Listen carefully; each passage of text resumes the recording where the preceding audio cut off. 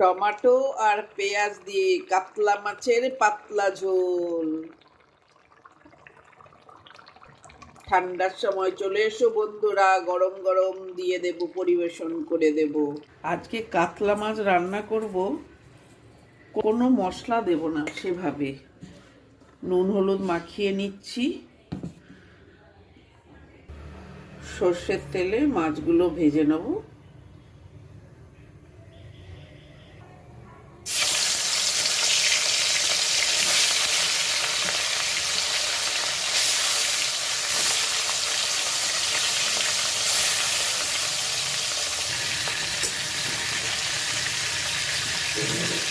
মাছগুলো উল্টে দিলাম।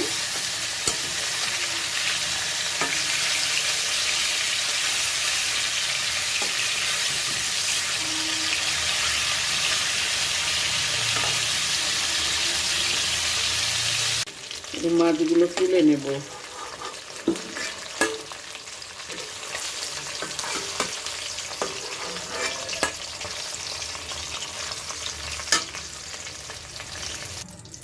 ওখানে একটু বড়ি ভেজে নেব। এইভাবে বড়িটা ভালো করে ভেজে নেব। গোটা জিরে, এবারে দিয়ে দেব পেঁয়াজ। এটা একটু বেশি পেঁয়াজ দিতে লাগবে।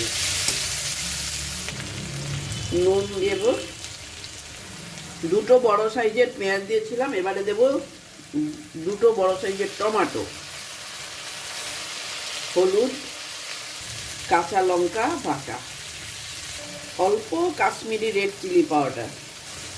এটা কষা কষা হয়ে গেছে, এবারে দেব জল।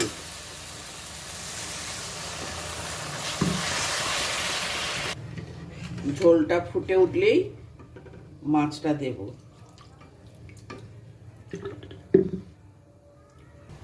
ঝোলটা ফুটে উঠেছে, এবারে মাছগুলো ছেড়ে দেব।